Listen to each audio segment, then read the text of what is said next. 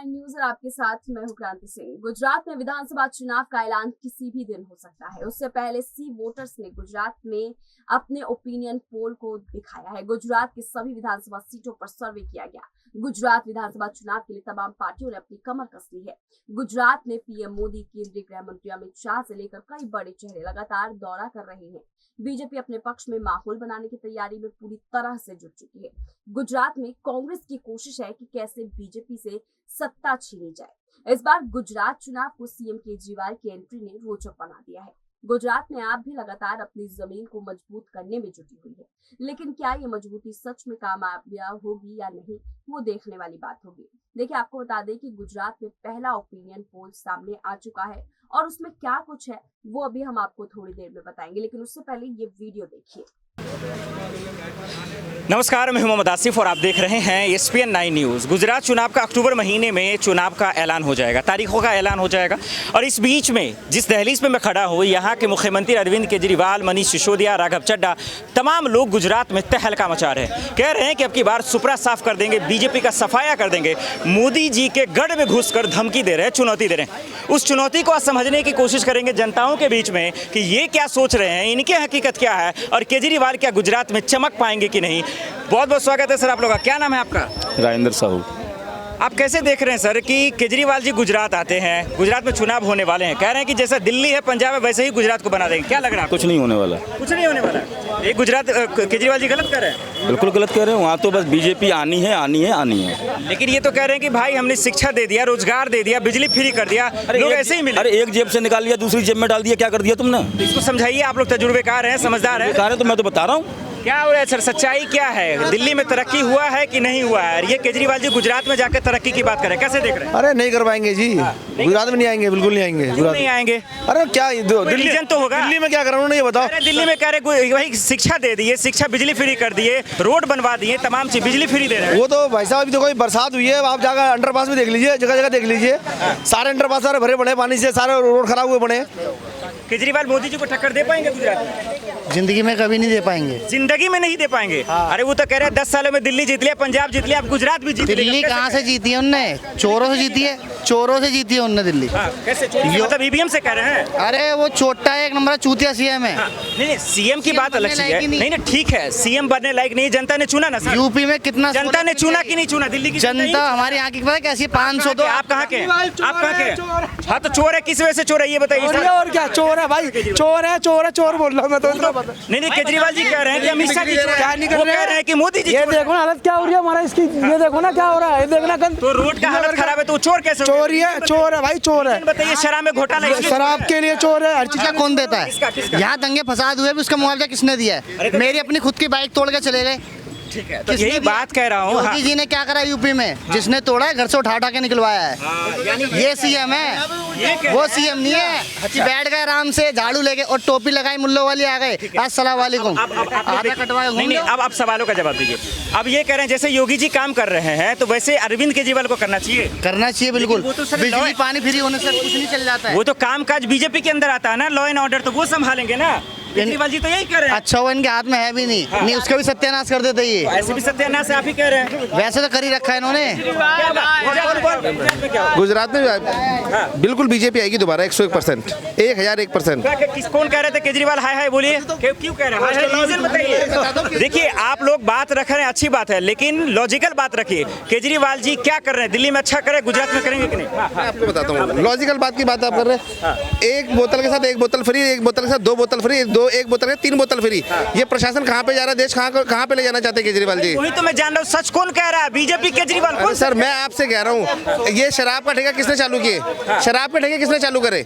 BJP ने करे या कांग्रेस ने करे या केजरीवाल ने करे? आप बताएं। ये तो केजरीवाल जी कह रहे भाई इससे अर्थव्यवस्था अच्छा होगा, इकोनॉमिक ठीक होगा। हाँ तो ठीक है, गांजे से और ज्यादा अच्छी अर्थव्यवस्था होगी। पर दारू पिला के तो अर्थव्यवस्था अच्छी होगी। अच्छा, दारू पिला के ठीक है। हाँ देखिए, बोल के भागिए नहीं, बोल के जवाब दीजिए। हाँ, गांजा चरस अफीम बेचो से अर्थव्यवस्था और अच्छी होगी, और अच्छी हो जाएगी। दिल्ली में ज्यादा से ज्यादा नशा फैल चुका है। इन 8-10 सालों में, 5-6-7 सालों में इतना नशा हो चुका है। दिल्ली में आप लोग चीज समझ रहे हैं, केजरीवाल को भी समझ रहे हैं। कितनी सीटें ला रहे हैं गुजरात? कितनी सीटें ला पाएंगे? गुजरात में कितनी सीटें लाएंगे ये वहाँ की अर्थव्यवस्था बता देगी। अगर वहाँ दारू एक के साथ कितनी लाएंगे ये बता दीजिए। अगर खाता भी खुल जाए तो गनीमत समझना। खाता भी नहीं खुलेगा, खाता भी नहीं यानी खुलेगा। जीरो। कितनी सीटें लाएंगे? जमानत जब्त होगा उनकी। बीजेपी को कितनी आएंगी? 200 एक बीजेपी की तो पूरी सरकार है जी, पूरी भारत में कह रहे हैं कि सुपड़ा साफ हो जाएगा। केजरीवाल सुपड़ा साहब बिल्कुल। अरे क्या हुआ यूपी में क्यों नहीं बचा ली सरकार? ये तो दिल्ली का एनसीआर इलाका था, गाजियाबाद है, नोएडा है, फरीदाबाद है। एक जवाब दीजिए, बीजेपी क्यों कह रही है, अरे केजरीवाल जी क्यों कह रहे हैं कि दिल्ली को बदनाम कर रहे हैं, झूठा आरोप लगा रहे हैं, मुझे फंसाने की कोशिश कर रहे हैं, विधायकों को गिरफ्तार करवा रहे हैं, क्यों? अच्छा ठीक है, छोटी बात है। ये क्या वो कह रहे हैं ना, एलिगेशन वो लगा रहे हैं। इनसे मुझे 77 क्यों बंद है? क्यों नहीं छुड़वा लिया? क्यों नहीं बेल करा ली? फिर अच्छा क्यों नहीं करा ली बेल? बताओ क्यों क्यों क्यों? मुख्य केजरीवाल के लिए बोलने वाले कोई नहीं है। केजरीवाल ने कुछ किया ही नहीं है क्या? करा है ना, बहुत बढ़िया काम करा। बिजली विदेश का बेड़ा गर्क किया है, पूरी दिल्ली का लिए फ्री कर रखा, जी जाओ के लिए फ्री नहीं कर रखा बस। कुछ नहीं किया। चलिए कुछ लोग हैं उनसे बात करने की कोशिश करते हैं। चाचा यहाँ पे लोगों से मैं बात कर रहा हूँ कि अरविंद केजरीवाल मुख्यमंत्री हैं, कामकाज उन्होंने किया है, अब गुजरात में जा रहे हैं, कह रहे हैं कि हम गुजरात में भी जीतेंगे, वहाँ की जनता हमारा साथ देगा। आपको क्या लगता है, दिल्ली में अच्छा काम हुआ है, गुजरात में भी कर पाएंगे अच्छा काम? मुझे तो नहीं लग रहा है गुजरात में नहीं कर पाएंगे। नहीं कर पाए। तो ये तो जा रहे हैं, कह रहे हैं डंके की चोट पे कि इस बार हिला देंगे, सुपड़ा साफ कर देंगे, बीजेपी का सफाया कर देंगे। अच्छा, इनकी अपनी अपनी राय है जी, अपना अपना विचार है। कोई जैसा आपको तजुर्बेकार है, आपको क्या लगता है किसकी सरकार बनेगी गुजरात में? गुजरात में तो बीजेपी सरकार रहेगी। बीजेपी की बनेगी, कांग्रेस भी नहीं आ पाएगी इस बीच में? नहीं, कांग्रेस का तो नामो निशान खत्म हो रहा है। तो देखा आपने कि जनता किस तरह से यहाँ पर बीजेपी वर्सेस आम आदमी पार्टी की लड़ाई को देख करके बेहद ही रोमांचक मौके पर जो है पहुंच चुकी है और समझ नहीं पा रही है कि अब आखिरकार किसको जो है वोट दे। बहरहाल सी वोटर्स का ओपिनियन पोल क्या कहता है, चलिए हम आपको बताते हैं।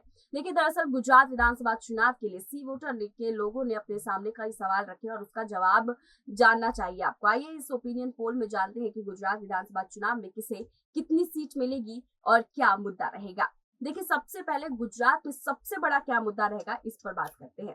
दरअसल ओपिनियन पोल के मुताबिक गुजरात के लोगों ने बेरोजगारी को सबसे बड़ा मुद्दा माना है। गुजरात में 31% ऐसे लोग हैं जिन्हें लगता है कि गुजरात में बेरोजगारी सबसे बड़ा मुद्दा है। इसके बाद बुनियादी सुविधाएं 16%, किसान से जुड़े मुद्दे को 15%, महंगाई को 8%, कोरोना में काम को लेकर 4%, कानून व्यवस्था 3%, भ्रष्टाचार 7%, राष्ट्रीय मुद्दे को 3%, लोगों ने भी अन्य मुद्दों को लेकर 13% अपना मुद्दा बनाया है।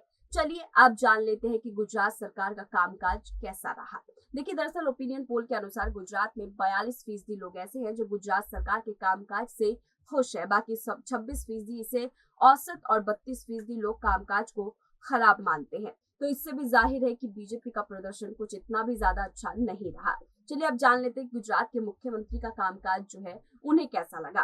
देखिए दरअसल गुजरात में 36% लोग ऐसे हैं जो सीएम भूपेंद्र पटेल के कामकाज से खुश है, 35% लोग खुश नहीं है और 29% ने मुख्यमंत्री के कामकाज को खराब भी बताया है। गुजरात का ओपिनियन पोल पीएम मोदी से जुड़ा हुआ है। गुजरात में भले ही लड़ाई सीएम की कुर्सी के लिए हो, लेकिन गुजरात में पीएम मोदी के बड़े फैक्टर है क्योंकि गुजरात पीएम मोदी का होम टाउन है। अब चलिए जान लेते हैं कि गुजरात में पीएम मोदी का कामकाज कैसा रहा। देखिए गुजरात में 60% लोगों ने पीएम के कामकाज को अच्छा बताया, 18% ने उनके कामकाज को औसत और अन्य 18% ने कामकाज को खराब भी बताया है। अब जान लेते हैं कि चुनाव जिस चीज के लिए हो रहा है, यानी कि सरकार बदलने के लिए, क्या वो जरूरी है? क्या वहां की जनता चाहती है कि सरकार बदले? अगर इस पर हम बात करें तो गुजरात में 34% ऐसे लोग हैं जो सरकार बदलना चाहते हैं, बाकी 40% ऐसे लोग हैं जो नाराज है लेकिन उन्हें नहीं बदलना चाहते हैं। अन्य 26% ऐसे लोग हैं जो ना तो नाराज है और ना ही बदलना चाहते हैं।